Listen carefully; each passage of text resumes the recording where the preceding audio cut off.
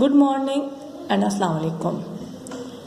मैं आपकी teacher miss Samreen हारून। बच्चों, आज की तारीख 22 अप्रैल और दिन जुमेरात है। दुनिया में आज के दिन यानी 22 अप्रैल को ज़मीन का दिन मनाया जाता है। ये दिन 193 से ज़्यादा ममालिक में मनाया जाता है। इस दिन दुनिया भर में माहौल को साफ रखने का शऊर उजागर किया जाता है।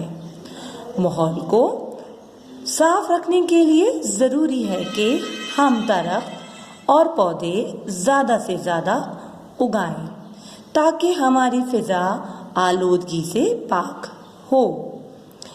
पौधों और दरख्तों की कमी से ज़मीन की हरारत में इजाफा हो रहा है। जब हर तरफ हरियाली होगी तो ज़मीन की हरारत में कमी आएगी और हमें साफ हवा मुयस्सर होगी और इसी तरह ज़मीन पर रहने वाले तमाम जानदार सेहतमंद रहेंगे।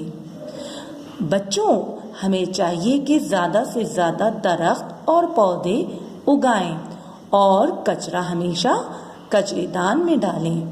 इसी तरह हमारा मुल्क और हमारा माहौल दोनों अच्छे रहेंगे। बच्चों, एक बात याद रखिए, ज़मीन हमारा घर और माहौल को महफूज और साफ सुथरा रखना हमारी जिम्मेदारी है। जी बच्चों, ये थी ज़मीन के मुतालिक चंद ख़ास बातें।